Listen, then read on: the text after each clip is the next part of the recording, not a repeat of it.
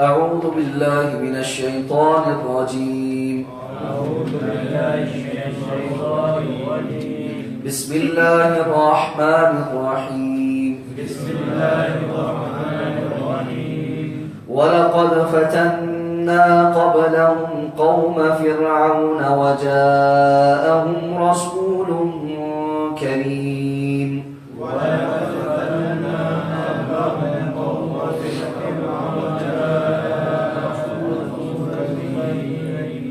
أن أدوا إلي عباد الله.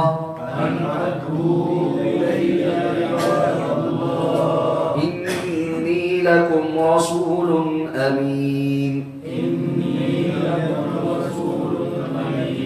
وأن لا تعلوا على الله. إني آتيكم بسلطان مبين.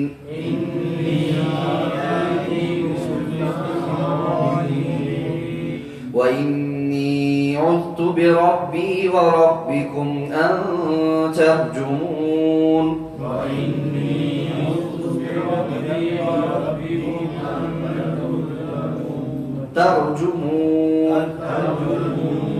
وإن لم تؤمنوا لي فاعتزلون. فدعا ربه أن هؤلاء قوم مجرمون.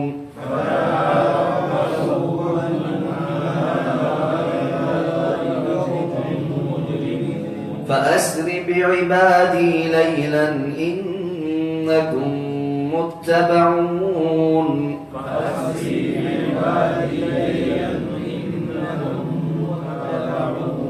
واترك البحر رهوا إنهم جند مغرقون. كم تركوا من جنات وعيون.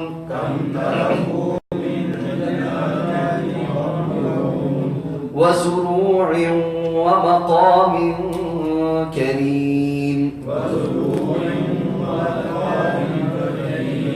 ونعمة كانوا فيها فاكهين.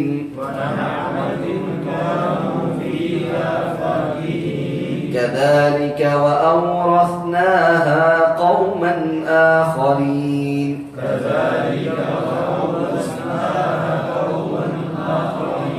فما بكت عليهم السماء والأرض وما كانوا منظرين.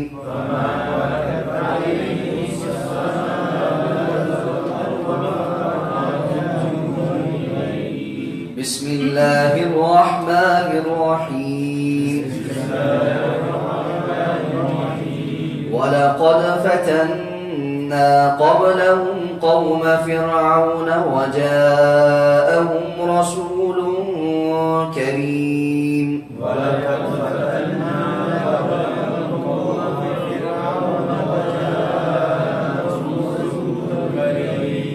أن أدوا إلي عباد الله.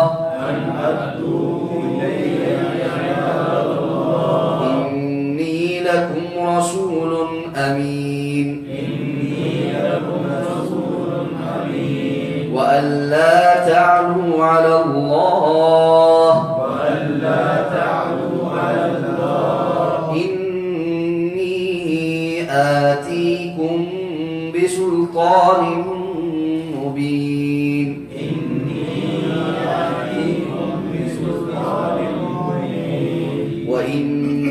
عذت بربي وربكم أن ترجمون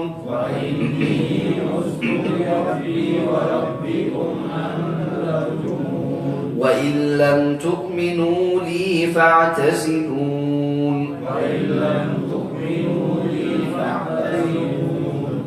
فدعا ربه أن هؤلاء قوم مجرمون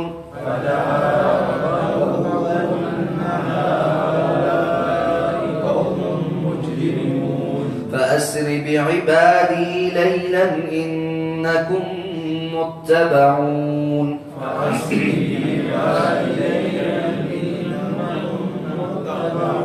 واترك البحر رهوا إنهم جند مغرقون كم تركوا من جنات وعيون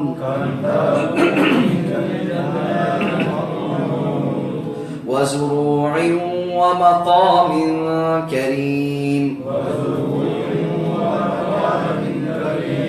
ونعمة كانوا فيها فاكهين كذلك وأورثناها قوما آخرين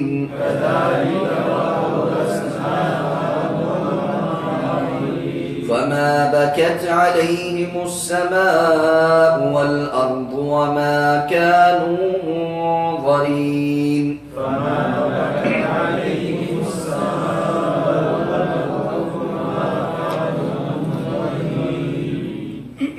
گزشتہ آیات میں اللہ رب العزت نے مشرکین مکہ کی حالت بیان کی کہ جب رسول اللہ صلی اللہ علیہ وسلم کی بد دعا کے نتیجے میں ان پر قحط آیا تو کہنے لگے کہ اللہ ہم سے اس قحط کو ہٹا دے، ہم ایمان لائیں گے. لیکن اللہ تعالیٰ نے فرمایا کہ اللہ اگر یہ ہٹا بھی دے گا تو تم واپس پلٹ جاؤ گے، اور ہوا بھی اسی طرح. تو اب اللہ رب العزت نے ان کے حالات بیان کرنے کے بعد ان کے سامنے فرعون اور موسیٰ علیہ السلام کی قوم کا واقعہ رکھا ہے تاکہ وہ اس سے ہی کچھ سبق حاصل کر سکے. فرمایا وَلَقَدْ فَتَنَّا قَبْلَهُمْ، البتہ تحقیق ہم نے آزمایا ان سے پہلے قوم فرعون کی قوم کو، وَجَاءَهُمْ رَسُولٌ كَرِيمٌ، اور آیا ان کے پاس ایک عزت دار رسول یعنی موسیٰ علیہ السلام. أَنْ أَدُّوا إِلَيَّ عِبَادَ اللَّهِ، کہ تم اللہ کے بندوں کو میرے سپرد کر دو. انی لکم رسول امین، بے شک میں تمہاری طرف ایک امانت دار رسول بنا کر بھیجا گیا ہوں. وَأَلَّا تَعْلُوا عَلَى اللَّهِ، اور دیکھو اللہ کے مقابل سرکشی نہ کرو. انی آتیکم بسلطان مبین، بے شک میں تمہارے پاس واضح نشانی کے ساتھ آیا ہوں. وَإِنِّي عُذْتُ بِرَبِّي وَرَبِّكُمْ، اور میں پناہ مانگتا ہوں اپنے رب سے اور تمہارے رب سے، ان ترجمون، کہ تم مجھے رجم کرو. وَإِن لَّمْ تُؤْمِنُوا لِي، اور اگر تم مجھ پر ایمان نہیں لاتے، فَاعْتَزِلُونَ، تو تم مجھ سے کنارہ کشی کرو. فَدَعَا رَبَّهُ، تو بس اس نے دعا کی اپنے رب سے، پکارا اپنے رب کو، أَنَّ هَٰؤُلَاءِ قَوْمٌ مُجْرِمُونَ، کہ یہ مجرموں کی قوم ہے. فَأَسْرِ بِعِبَادِي لَيْلًا إِنَّكُمْ مُتَّبَعُونَ، تو بس جلدی سے نکل پڑو تم میرے بندوں کو لے کر رات کے وقت میں کہ تم پیچھا کیے جاؤ گے. وَاتْرُكِ الْبَحْرَ رَهْوًا، تو بس اب آپ چھوڑ دیجئے سمندر کو رکا ہوا ہی. إِنَّهُمْ جُنْدٌ مُغْرَقُونَ، یقیناً یہ سارے کے سارا لشکر غرق ہونے والا ہے. کم ترکوا من جنات وعیون، کتنے ہی باغات اور چشمے وہ چھوڑ گئے. وزروع ومقام کریم، اور کھیتیاں اور بڑی ہی بہترین قسم کی بستیاں. ونعمت کانوا فیہا فاکہین، اور وہ نعمتیں جن کے اندر وہ بڑے خوش و خرم تھے. کذالک، اور اسی طرح وَأَوْرَثْنَاهَا قَوْمًا آخَرِينَ، ہم نے وارث بنا دیا ان کا کسی اور قوم کو. فما بکت علیہم السماء والارض، تو پس نہ رویا ان کے اوپر آسمان اور نہ ہی زمین. وما كانوا منظرین، اور نہ ہی وہ مہلت دیے جائیں گے. اب اللہ رب العزت نے ارشاد فرمایا کہ اب ان سے پہلے ہم قوم فرعون کا امتحان کر چکے.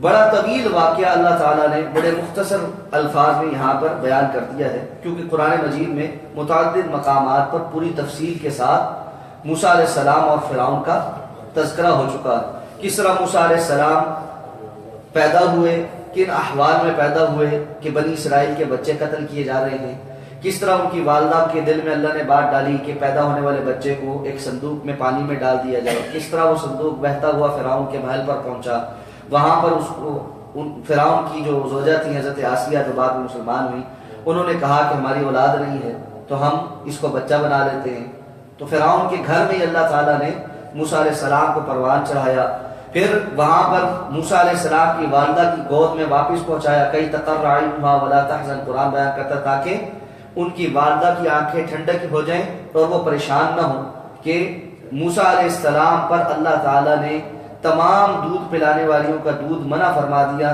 سوائے اس کے کہ وہ اپنی والدہ کا دودھ پیتے تھے۔ تو اس طرح سے ان کی والدہ کی گود میں وہ پرورش پانے لگے اور فرعون کے محل میں ہی پل کر بڑے ہوئے۔ پھر کس طرح ایک رات کو شہر میں داخل ہوئے تو ایک قبطی کو اپنی قوم کے یعنی بنی اسرائیل کے بندے سے لڑتے دیکھا، ان کو چھڑاتے چھڑاتے قبطی کو ایک مکہ لگا جس سے اس کی موت ہو گئی۔ اب قتل کا یہ کیس ان کے پلے پڑنے لگا تو ایک بندے نے آ کر ان کو کہا کہ آپ علاقہ چھوڑ کر چلے جائیں، یہ ناحق آپ کو تنگ کریں گے۔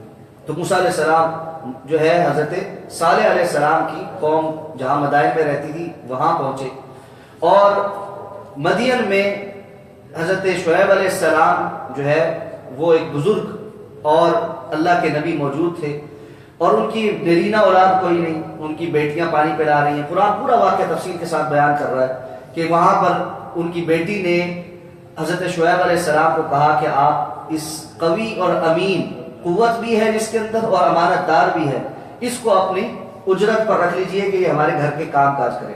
تو شعیب علیہ السلام اور موسیٰ علیہ السلام کے درمیان 8 سے لے کر 10 سال کا معاہدہ ہوتا ہے کہ موسیٰ علیہ السلام یہاں کام کریں گے، اور اس کے بعد شعیب علیہ السلام ان 2 بیٹیوں میں سے کسی ایک کا نکاح حضرت موسیٰ علیہ السلام کے ساتھ کرتے ہیں۔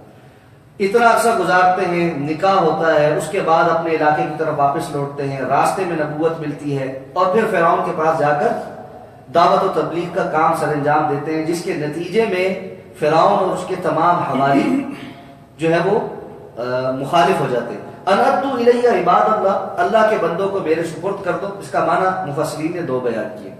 اول تو یہ کہ اللہ تعالیٰ نے موسیٰ علیہ السلام کو 2 کاموں کے لیے بھیجا تھا، ایک تو فرعون اور اس کی قوم کو اسلام کی دعوت دینے کے لیے، دوسرا بنی اسرائیل کو جو غلام بنایا ہوا تھا ان کو فرعون کی غلامی سے نکال کر آزاد کروانے کے لیے۔ تو یہ جو ہے ان ادوا الی عباد اللہ، تو عباد اللہ سے مراد بنی اسرائیل ہیں کہ انہیں اپنی غلامی میں مت لو بلکہ میرے ساتھ میرے بھیجو کہ اللہ تعالیٰ نے ان کو آزاد پیدا کیا ہے، تم نے ان کو غلام کیوں بنایا ہے۔ تو ایک معنی تو یہ ہے، اور دوسرا معنی یہ ہے کہ وہ کہتے ہیں ان ادوا الی یا عباد اللہ، یہاں پر یا محذوف ہے، اس کا معنی یہ بنتا ہے کہ تم ادا کرو اے اللہ کے بندو جو تمہارے ذمے ادا کرنا، یعنی میری اتباع کرو، اور اس سے مخاطب بنی اسرائیل بنتے ہیں کہ اے بنی اسرائیل تم اللہ کے دیے گئے احکامات کو ادا کرو، اور انی لکم رسول امین، میں تمہاری طرف ایک امانت دار رسول بنا کر بھیجا ہوں۔ تو دونوں معنی ٹھیک ہے، دونوں معنوں میں کوئی فرق نہیں۔ اور یہ کہ تم اللہ کے سامنے سرکشی نہ کرو، میں تمہارے سامنے واضح نشانی لے کر آیا۔ سلطان یہاں پر نکرہ استعمال ہوا ہے اور مفرد استعمال ہوا ہے۔ سلطان ایک نشانی کو کہتے ہیں، لیکن اس سے مراد جب نکرہ اور مفرد استعمال ہو تو من جملہ تمام معجزات مراد، یعنی جو موسیٰ علیہ السلام کو اللہ نے معجزات دیے، لاٹھی کا پھینک کر اژدہا میں تبدیل ہو جانا، ہاتھ کا جیب میں ڈالنا تو وہ چمکتا نکلنا، اس طرح جتنے معجزات تھے وہ سارے کے سارے اس سلطان مبین کے اندر شامل۔ اب مخالفت تیز ہو گئی، موسیٰ علیہ السلام کے اوپر بنی اسرائیل تو ایمان لے ہی آئے، اس کے ساتھ ساتھ فرعون کے اپنی قوم کے بہت سے لوگ خاموشی کے ساتھ اسلام قبول کر چکے تھے۔ ایسے میں قرآن تفصیل کے ساتھ بیان کرتا ہے کہ فرعون نے اپنے قریبی حواریوں کو جمع کیا اور کہا کہ یہ دن بدن اس کی دعوت پھیلتی چلی جا رہی ہے، کوئی بندوبست کیا جائے۔ تو ایک آخری فیصلہ یہ ہوا کہ موسیٰ علیہ السلام کو قتل کر دیا جائے، اور قتل بھی عبرتناک انداز میں کیا جائے تاکہ لوگوں کے سامنے عبرت ٹھہر جائے اور وہ آئندہ اس قسم کی کوئی بات نہ سوچیں، دین بدلنے کی طرف خیال بھی ان کا نہ جائے۔ تو یہ فیصلہ ہوا کہ رجم کر دیا جائے۔ تو اس کے جواب میں موسیٰ علیہ السلام نے کہا کہ میں اپنے اور تمہارے رب کی پناہ میں آتا ہوں کہ تم مجھے رجم کرو. یہاں پر ربی و ربکم اس لیے کہا کہ تاکہ واضح ہو جائے کہ میرا اور تمہارا رب ایک ہی ہے. کیوں؟ کہ فرعون اس بات کا دعوے دار تھا انا ربکم الاعلی، میں تمہارا سب سے اعلیٰ رب ہوں. تو واضح کیا کہ نہیں، میں اپنے رب جس کا جو میرا رب ہے صرف یہ نہیں سمجھتا کہ میرا کوئی اور رب ہے اور تمہارا کوئی اور رب ہے، تمہارا فرعون ہے اور میرا اللہ ہے. نہیں، ربی و ربکم، میرا بھی اور تمہارا بھی رب ایک ہی ہے اور وہ اللہ ہے. اس کی پناہ میں آتا ہوں کہ تم مجھے رجم کرو. تو یہاں سے مفسرین نے یہ نقطہ بھی بیان کیا ہے کہ انبیاء جو ہے وہ عام بات سمجھاتے ہوئے بھی توحید کی دعوت ضرور دیتے تھے. کہ موسیٰ علیہ السلام نے یہاں بھی ان کے عقیدے کی اصلاح کی. بات عام ہو رہی ہے کہ تم مجھے رجم نہ کرو، میں اللہ کی پناہ چاہتا ہوں، اتنا بھی تو کہہ سکتے تھے. لیکن یہاں بھی واضح کیا کہ میرا اور تمہارا رب ایک ہی ہے، جس کو تم رب سمجھتے ہو وہ درست نہیں ہے. تو اب اللہ رب العزت نے فرمایا کہ پھر کہنے لگے کہ اگر تم ایمان نہیں لاتے تو کوئی زبردستی تو نہیں ہے. جس طرح میں تمہارے ساتھ زبردستی نہیں کر رہا، تم میرے ساتھ زبردستی کیوں کر رہے. یہ آج کی بالکل ایک وہی والی سچویشن ہے جب آپ لبرلز کو سمجھانا شروع کرتے ہیں. وہ کہتے ہیں دین میں کوئی سختی نہیں، اور کافروں والی آیتیں پڑھنا شروع کر دیتے ہیں کہ لا اکراہ فی الدین، جو کفار کے لیے ہے. کلمہ پڑھنے والے وہ پڑھنا شروع ہو جاتے ہیں ہمارے ساتھ وہ والا سلوک کرو جو کافروں کے ساتھ کرتے ہیں. تو بھائی بیوقوف آدمی، یہ تو کافروں کے لیے آیت تھی، دین میں کوئی سختی تو نہیں ہے. تو اگر دین میں سختی نہیں ہے تو آپ کیوں وہ سختی اختیار کریں؟ جس نرمی کو آپ اپنے لیے استعمال کرنا چاہتے ہیں کہ آپ کا حق ہے کہ آپ کو دین کی طرف نہ بلایا جائے، تو ہمارا بھی تو حق ہے کہ ہم دین کی طرف بلائیں. یہ ہمارا بھی تو حق ہے نا. تو پھر تو اسی بات پہ رہو. لیکن نہیں، تو موسیٰ علیہ السلام نے یہی دلیل ان کے سامنے رکھی، فَإِن لَمْ تُؤْمِنُوا لِي فَاعْتَزِلُونِ. زیادہ سے زیادہ یہ ہونا چاہیے نا کہ میں جب تمہارے ساتھ زبردستی نہیں کر رہا، تم بھی میرے ساتھ زبردستی نہ کرو. اگر تم نے ایمان نہیں لایا تو مجھے چھوڑ دو، میں اپنا کام جاری رکھتا ہوں، اپنا کام جاری رکھو، تم لگے رہو اپنے دین کے اوپر. اب انہوں نے کہا نہیں، ہم تو نہیں چھوڑیں گے. اب حضرت موسیٰ علیہ السلام نے باقاعدہ اللہ تعالیٰ سے دعا کی اور ان کے لیے بد دعا کی. ربنا انك اتيت فرعون وملأه زينة واموالا في الحياة الدنيا ربنا ليضلوا عن سبيلك ربنا اطمس على اموالهم واشدد على قلوبهم فلا يؤمنوا حتى يروا العذاب الأليم. اے اللہ تعالیٰ، تم نے فرعون کو اور اس کے حواریوں کو دنیا کی زینت، مال و دولت اور اختیارات دیے ہوئے ہیں. ربنا ليضلوا عن سبيلك، اے میرے رب اس کے ان اختیارات کی وجہ سے یہ تیرے رستے سے لوگوں کو روکتے ہیں. ربنا اطمس على اموالهم، اے اللہ ان کے اموال کو برباد کر. واشدد على قلوبهم، ان کے دلوں کے اوپر شدت نازل کر. اور یہ اس وقت تک عذاب، ایمان نہیں لائیں گے جب تک کہ دردناک عذاب نہ دیکھیں. تو اب یہ موسیٰ علیہ السلام کی بد دعا کا نتیجہ یہ ہوا کہ اب اللہ نے فرمایا فَأَسْرِ بِعِبَادِي لَيْلًا إِنَّكُمْ مُتَّبَعُونَ. آپ راتوں رات بنی اسرائیل کو لے کر نکلی. تفصیل کے ساتھ قرآن میں واقعہ ہے. لے کر نکلے، آگے دریائے نیل آیا، قوم نے کہا کہ ہم پکڑے جائیں گے. اللہ تعالیٰ حضرت موسیٰ نے فرمایا کَلَّا إِنَّ مَعِيَ رَبِّي سَيَهْدِينِ. ہرگز ایسا نہیں ہوگا، اپنی مرضی سے تو نہیں آئے، اللہ کے حکم سے آئے ہیں. اللہ ہی کو شکیل نکالے گا. حکم ہوا، لاٹھی ماری، 12 قبیلے تھے بنی اسرائیل کے اور 12 رستے بن گئے. پانی بیچ میں رک جاتا تھا، صاف رستہ بن جاتا تھا، پھر بیچ میں پانی، پھر رستہ، پھر رستہ، اس طرح 12 رستے تھے. اب موسیٰ علیہ السلام اور بنی اسرائیل پار ہو گئے اور پیچھے سے آنے والے فرعون اور اس کے لشکر نے جب دیکھا کہ پانی رکا ہے تو وہ بھی دوڑ پڑے. بلکہ مفسرین نے دوسری جگہ تفصیل کے ساتھ لکھا ہے کہ وہاں فرعون نے یہ بڑک بھی ماری کہ یہ پانی میں نے روکا ہوا. اب جب درمیان میں پہنچا تو وہ جو روکا ہوا تھا، جس نے روکا ہوا تھا اس نے چلا دیا.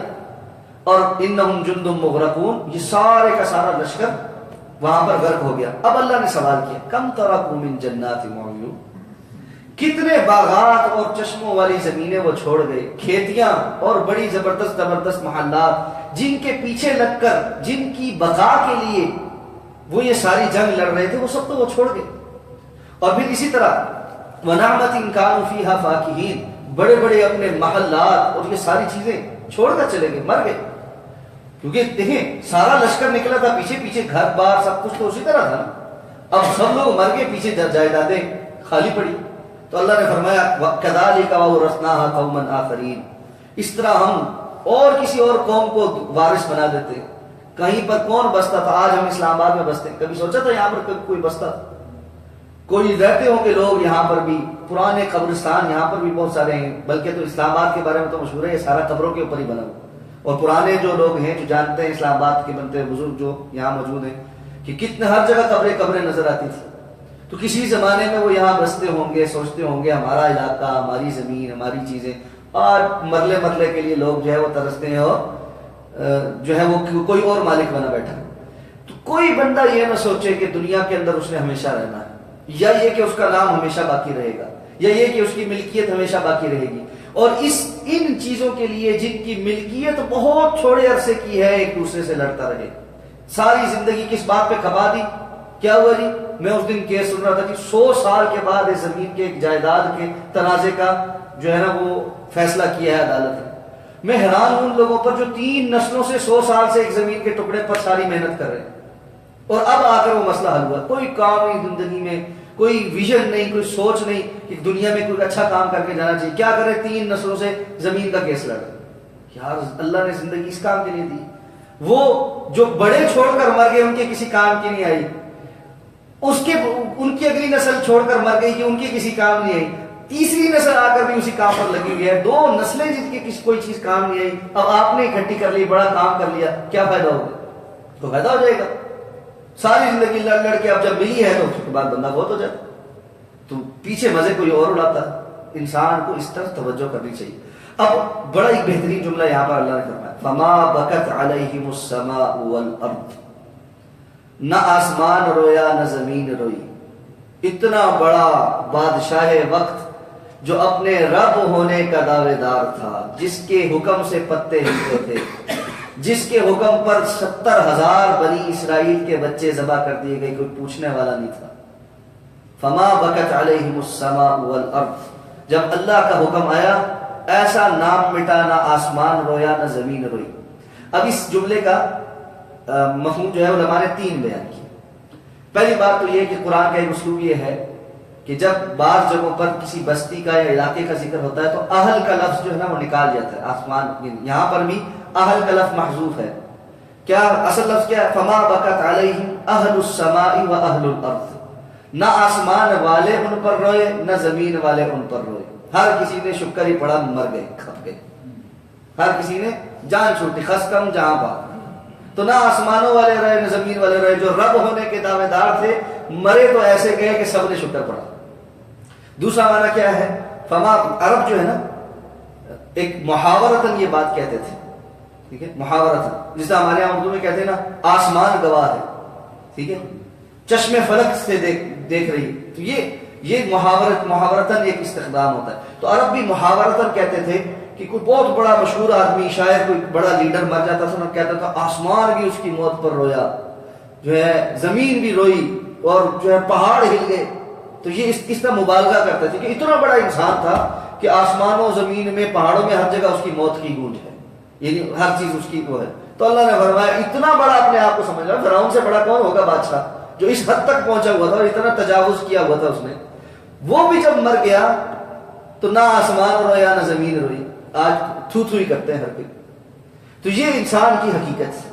اور تیسری مفسرین نے کہا کہ واقعتاً ایسا بھی ہو سکتا ہے کہ آسمان اور زمین بھی کسی کے موت پر روتے ہوں، اس لیے کہ رسول اللہ صلی اللہ علیہ وسلم کی حدیث مبارکہ جو ہے کہ حضرت سعد رضی اللہ تعالیٰ عنہ کی موت پر آپ صلی اللہ علیہ وسلم نے فرمایا تھا اہتز عرش الرحمن، آج سعد کی موت پر اللہ کا عرش بھی جھوما ہے، کہ ان کی روح کے استقبال پر خوشی سے کہ سعد کی روح جو ہے وہ آسمانوں پر آنے والی ہے، اللہ کا عرش بھی جھوما. تو ممکن ہے، ہمیں تو علم نہیں، لیکن آسمان اور زمین باقاعدہ کسی ایسے اللہ کے بندے کے مرنے پر روتے بھی ہوں. تو یہاں پر تو ایسا کچھ نہیں ہوا. جو رب ہونے کا دعوے دار تھا وما كانوا منظرین، اور نہ ہی وہ مہلت دیے گئے کہ نہیں تھوڑا مہلت مل جاتی، کچھ وقت مل جاتا، توبہ طائب کر لیتے. نہیں، اللہ نے پہلے بہت مہلت تھی، جب پکڑ آئی تو پوری آئی.